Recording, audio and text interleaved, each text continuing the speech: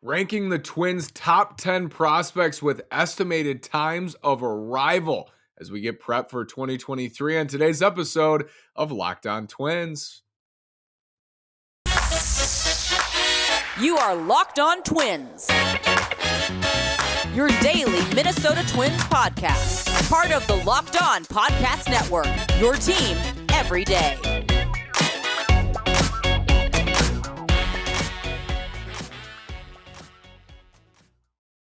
And welcome to the Locked On Minnesota Twins podcast. Today is Wednesday, January 4th, and I'm your gracious host, Nash Walker. Thanks for making Locked On Twins your first listen every single day. We are free and available wherever you get your podcasts on, the Locked On Podcast Network, where it's your team every day. And this is Nash Walker, been writing about the Twins at twinsdaily.com and their minor league system for 4 seasons, 4 off seasons. Been hosting a daily show on the Minnesota Twins for 3 seasons, now 4 off seasons. And as I said, I've been covering this system for 4 years now, pretty daily, watching minor league games, following minor league games, reading scouting reports, keeping up on the draft, keeping up with everything in the Twins farm system as we look toward the future. Because like I said, there's no better thing in sports than a great rookie. And in baseball, it's hard to argue with a great prospect. Your mind goes to so many places. Who could this guy be? Are we looking at the next Babe Ruth in the Twins system? And it's like, you get excited about all these guys, right? You dream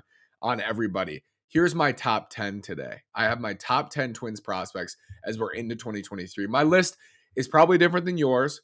My list is probably different than Baseball America, is different than MLB Pipeline, is different than Baseball Prospectus. My list is my list, and I made it that way, and I like it a lot. And I thought about this, and I think it came out nicely. I really do. So we'll have the top 10 Twins prospects today, going from 10 to 1. If you want to hear about Carlos Correa, the latest, that was last night, so you can go check out that episode wherever you get your podcasts or on YouTube, wherever you get it, Spotify, YouTube.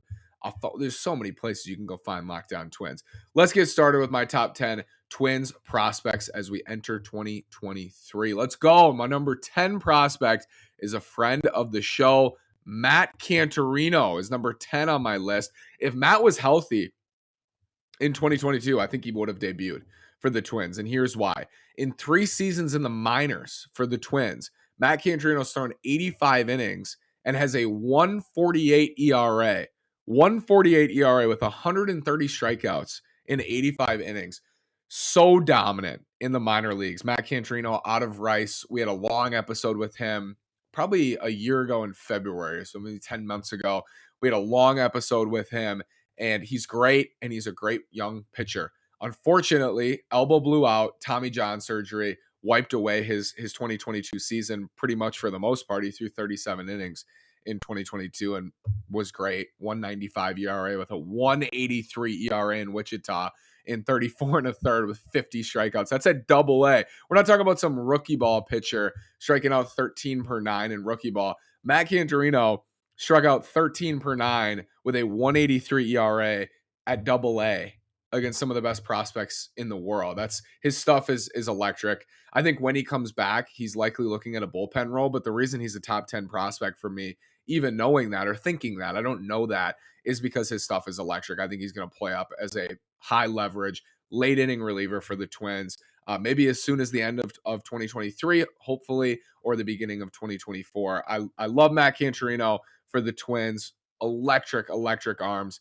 Electric arm, maybe both. I don't know, arms, electric arms. But Matt Cantorino is my number 10 prospect for the Twins. Another electric arm, drafted last year, Connor Prelip, the lefty out of Alabama. Some scouts were projecting him as a top 10 pick. Then he blew out his elbow, didn't pitch at Alabama last year, and entered the draft anyway. Twins got him in the second round. Looks like it could be potentially a steal of Connor Prelip. Slider, everything you hear about his slider from the left side, disgusting. Like 65, 70 grade slider. Fastball, low to mid 90s before surgery. Was a little rusty coming out. I think in pre-draft workouts was a little bit rusty, but that's expected after the surgery on his elbow. Connor Prelip, big time upside.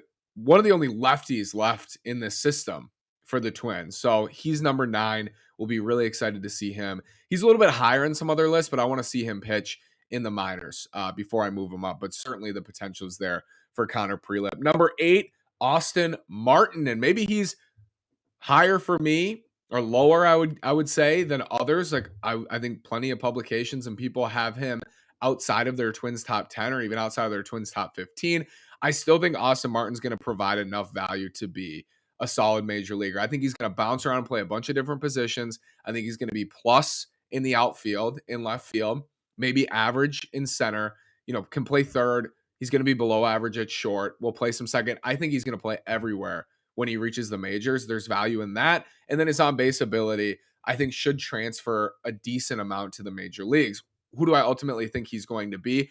I don't know what he looks like in his best year, but I would guess you're looking at a 2.5 win player who bounces around, steals bags, gets on base, not going to hit for much power, but hits for a decent average, gets on, draws walks, gets hit by a lot of pitches, and is, maybe a 10th man off the bench.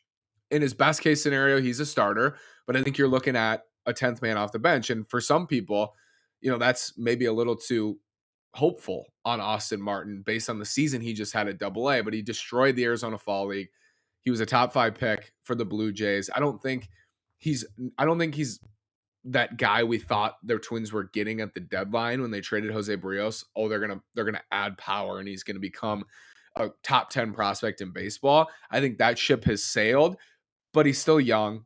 And Nick Nelson, we had Nick on a couple weeks ago. He picked Austin Martin as his kind of breakout in the system for 2023. I like that pick, and I think Austin Martin is the 8th best prospect in the Twin system. My top 7 coming at you after this word from betonline.net. Betonline.net is your number one source for sports betting info, stats, news, and analysis. Get the latest odds and trends for every professional and amateur league out there. From pro football to college bowl season to basketball, we've got it all. Hockey even at betonline.net. You've already listened to Locked On Twins, or you are listening to Locked On Twins.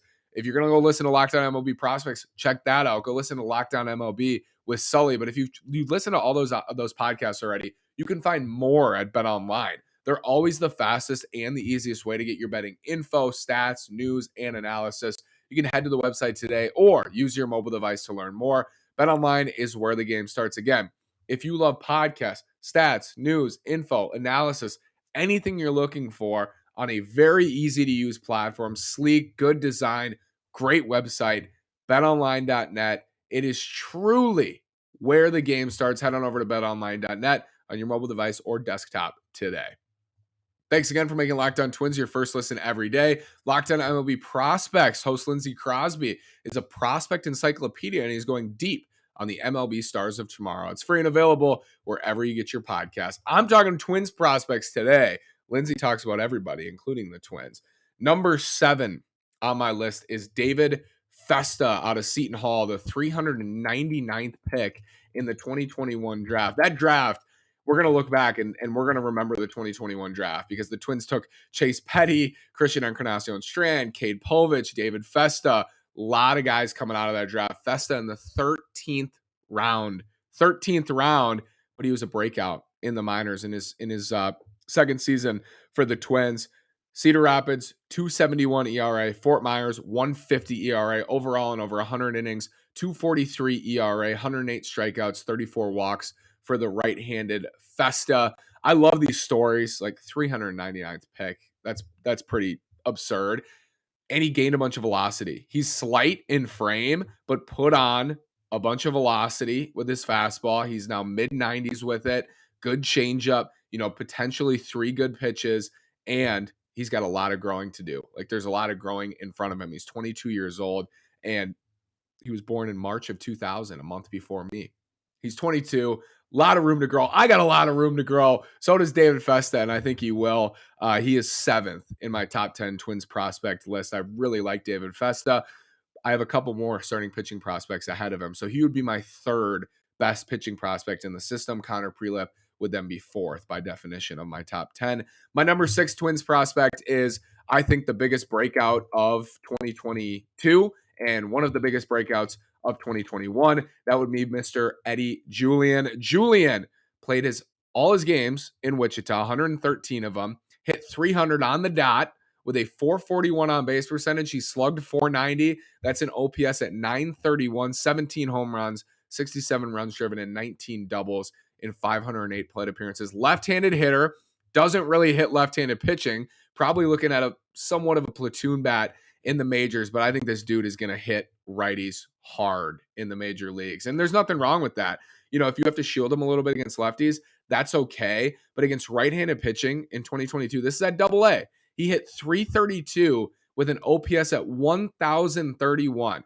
Edouard Julien has hit legitimately everywhere he's gone. At Auburn, I'm going to read you off his OPS numbers throughout his career now. At Auburn, in 2018, 954 OPS. At Auburn in 2019, 841 OPS. 2019 in the Cape, 988 OPS. 2021 in the Twin System, 914 OPS. 2022 in the Twin System, 931 OPS. Oh, and then he went to the Arizona Fall League this year, hit 400 with an OPS at 1248. Edouard Julien, he just hits everywhere. So what's the catch? Well, the platoon, that part of it, and where's he going to play? Already written up as a below average second baseman. And that's like the one spot he's played. Like he plays some left. He's bounced around. They're trying to find a home for him. But like second base is kind of the thought for him. And he's already seen as a below average second baseman defensively, which anytime that's the case, like that's kind of scary, right? That's scary for a prospect. You're already saying, oh, this guy's a likely DH. I'll hold out hope that that's not true, that the Twins will find ways to help him improve wherever they view his long-term home. But Edouard Julien can hit, and he can hit the ball hard, and he can especially hit right-handed pitching. Has all of the things we're looking for. He's hit for a high average. He gets on base. He draws walks. He doesn't strike out too much. That's something to monitor, 24, 25% strikeout rate. Hits home runs, hits for power, and all around as a hitter looks to be a special prospect. So he's number 6 on my list. That would make him the 4th best position player in the system. My number 5 is Louie Varland. Louie Varland I picked as a Twins breakout earlier this week or late last week. I really like Louie for 2023. What he did in the minors, back-to-back minor league pitcher of the year, the jumpy fastball, the good extension, the velocity, the pace, the development, how he's already developed to this point. And he's from St. Paul, Minnesota. He's a fellow Minnesotan, so we love that. I love him as a prospect still. I think Louie's going to have a Joe Ryan type of a 2023 season, and I've made this clear many times. It's good to develop mid-rotation arms. Like if you can pump out 3s, 4s, and 5s, that's going to help you a ton. And the Twins have shown an unwillingness, this front office, to go sign that frontline starter, or they haven't acquired a frontline starter in that way, like a true number 1. They've acquired some frontline starters in my eyes. Sonny Gray, I think Tyler Mahle has frontline characteristics. They haven't acquired like a true number 1, but when you're able to develop a Joe Ryan, they didn't really develop Joe Ryan. He developed with Tampa, but you're developing him further at the major league level. A Joe Ryan, Louie Varland, Bailey Ober, if those guys develop into mid-rotation starters, Simeon Woods-Richardson, you have a baseline to work with. You have a floor to work with, and it gives you an opportunity then to try to fill that one hole, and then you have a real rotation. It's much harder to fill a whole rotation with 5 starters. You need to have some internal development of good starting pitchers. I think Louie Varland's next in line as that guy. Marco Raya is my number 4 prospect for the Twins, and that would make him my number 1 pitching prospect in the system. Marco, also a friend of the show, right-handed pitcher out of Laredo. We had him on right after the draft. For Fort Myers this year, was limited in his innings because of some injury problems, but limiting in his innings. He's getting stronger this offseason, has already gained weight. He told us that on the show. Like he's getting beefier. But even at, he's listed at 6'1", 170, still good fastball. Strong fastball velocity, 95, 96. He can hump it up there. 97. He throws gas. Nasty slider, potential 4-pitch mix for Marco Raya. And I also love his demeanor. I love his demeanor as a pitcher. I think Marco Raya is the best pitching prospect in the system. You're going to see him pitch most likely a lot of his innings at Cedar Rapids for the Colonels. For Fort Myers, had a 3.05 ERA, struck out over 10 per 9 in 65 innings at his age 19 season. He's 20 years old. He'll be 21 next August and is already putting up the numbers at low A. I really like him for 2023, and I think he's the best pitching prospect in the Twins system. I would rate him as the best, and he's top 4 on my list. Baseball America's written a lot about Marco Raya, they are bullish on him. And I think after this year, he's going to be a top 100 prospect in baseball because when he puts on the strength, I think there's going to be even more velo, sustained velo, deeper into starts. They're going to let him go a little bit longer. I think Marco Raya is going to have a big time year in Cedar Rapids and hopefully then in Wichita and maybe even in St. Paul if it really goes well. Number 3 on my list, Erod, Emmanuel Rodriguez, who was dynamite for the Fort Myers Mighty Muscles last year in a limited sample because he hurt his knee, but 19 years old, man, he drew walks. He hit for power. Outfield prospect, signed out of the Dominican by the Twins in 2019, I want to say, for I think $2.5 million. But he had a massive breakout, and he's already a top 100 prospect at MLB Pipeline. If you're looking for a guy in the system beyond, Royce Lewis, who has the highest upside, I think it's Emmanuel Rodriguez. He hit 272 in 47 games, 493 on base percentage, slugged 552 for Fort Myers. That's an OPS at 1,044, stole 11 bases and 16 tries, but walked 57 times compared to 52 strikeouts in 199 plate appearances. Erod, I'm so excited to watch him play in 2023. I think his upside is immense. He may stick in center. He may not. He's 5'10", 210, but like I said, 19 years old. He's going to get bigger. And Emmanuel Rodriguez, man, I'm on the choo-choo hype train. I think he's going to be a top 10 prospect in baseball. It's a bold prediction I have. Top 10 prospect in baseball, Erod after 2023. My top 2, number 1 is a familiar character. Number 2, familiar character from the 2022 draft. Brooks Lee, 8th overall pick in the 2022 draft. People ask me, so it is Royce Lewis and Brooks Lee. That's 1, 2 in that order. And you can have Brooks Lee 1, I would understand. A lot of people do. A lot of publications do. I'm still a huge believer in Royce Lewis, and I'm a believer in Brooks Lee as well. But people ask me, I got this question, what's the difference? So if we're describing these two, what's the difference between Royce Lewis and Brooks Lee? Well, they're both shortstop prospects. And I think for Lee, it's more of a quotation. I think he's going to end up at third base. Royce Lewis, they still believe can be a shortstop. I do too. But the difference between these two, Brooks Lee is a switch hitter.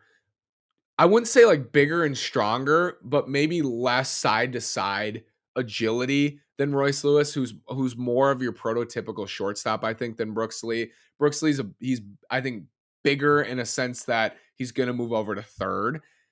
But with that being said, Royce Lewis more raw power, I think. In the majors, the best outcome for Royce Lewis is he's your everyday shortstop, plays at least an average shortstop defensively, and at the plate, he's hitting 260, 270 with 30 plus home run power, drawing some walks. He's hitting 4th in your lineup for huge power and playing short every day as like the face of the team leader, along with Byron Buxton. That's your best outcome for Royce Lewis. That's a 5-win player. That set is a 5-win player. Brooks Lee, on the other hand, his best outcome, I think, yes, is as a shortstop, but I don't think he's going to be a shortstop. It's an everyday third baseman, switch hitter, even-ish platoon splits. He has more power from the left side now, but even-ish platoon splits. He's hitting closer to 300 with a higher on-base percentage, but less power than Royce Lewis, like 15 to 20 home run power. Good defense at third. There's your 5-win version of Brooks Lee. Your 5-win version of Royce Lewis is a lot more explosive. He's stealing bags. He's hitting homers. He's playing a premium position at short. Your 5-win version of Brooks Lee, he's playing third, but he's hitting for a higher average. He's getting on base more, and maybe all around as a player different than Royce Lewis, and the shape of that looks different. I think these two differ in that way. The reason I have Royce Lewis number 1 is because I believe more so than what he showed with the Twins. But if you combine the two things, that's why I have him number 1. The biggest thing I saw was he made legitimate adjustments to his swing. He made legitimate adjustments after the ACL tear, hit 313, OBP at 405, slugged 534 for a 940 OPS for the Saints last year. And that is almost as important as his little 40 plate appearance stretch with the Twins. But he showed, I think, both places what we've been waiting to see for a long time. And that's why there was so much excitement and so much anger when they sent him down, right? When Correa came back from the finger injury, they sent Royce Lewis back down, and it was like, why? Why would you send him back down? This dude is the future, because he looks like the future. And when those things click, when you're watching and you're like, this is someone I've heard about for a long time. You hear about his talent, you hear about the makeup and who he is, and you hear about it, and then you see it click. You see it click, and it's wow, he's here. And this is what we've been hearing about. This right here, this guy. That's why I'm so excited about him still. Even though this is going to be back-to-back ACL surgeries, I'm very anxious to see how he comes back in the middle of the summer. So the twin system overall, you'll read like it's an average system. I think that's true, but I think it's too simplistic to say it's an average system because a lot of their prospects are volatile prospects. Royce Lewis is a volatile prospect. By definition, back-to-back ACL surgeries and was already, an athlete, agility, speed-based player. Yes, that's high volatility. Emmanuel Rodriguez is 19 years old at low A, and I have him as the third best prospect in the system. A lot of outcomes there for Erod. One of them could be superstar, but one of them could be never makes it to double A. Like those things, the broad range of outcomes for those two. And then beyond that, like even Marco Raya, 20 years old, right? We don't know. Louie Varland has more, you feel like a little bit more, like at worst, he's probably a 6 starter or a swingman starter in the AAA, bounces up to the majors, bounces back. You feel like that at worst, like he'll at least be he'll pitch in the majors. You don't know with Lewis, Rodriguez, Raya, David Festa, who just moved up to high A. Matt Cantorino's now had Tommy John surgery, elbow problems in multiple seasons. Connor Prelip, elbow surgery, high upside. Austin Martin, we don't know. We don't know. The range of outcomes for a lot of these guys is broad and wide. And that's why overall, if you look at it in a simplistic way, you would say, okay, it's an average system because he could be anybody. He could be anybody. He could be anybody. My guess is some of them will click, some of them will not. But the key is who clicks. If Royce Lewis clicks, yes, franchise player.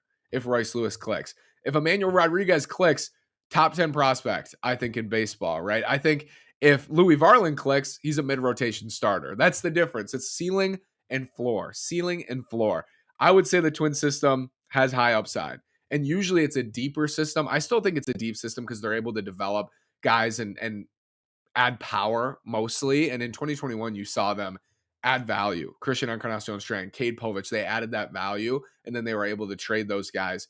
You don't want to trade all your prospects you develop, but they've shown an ability to, in the 10 to 20 range or even the 10 to 30 range of their prospect list, they're able to build up that value. Spencer Steer's another example of that. And for that reason, I think it is deep.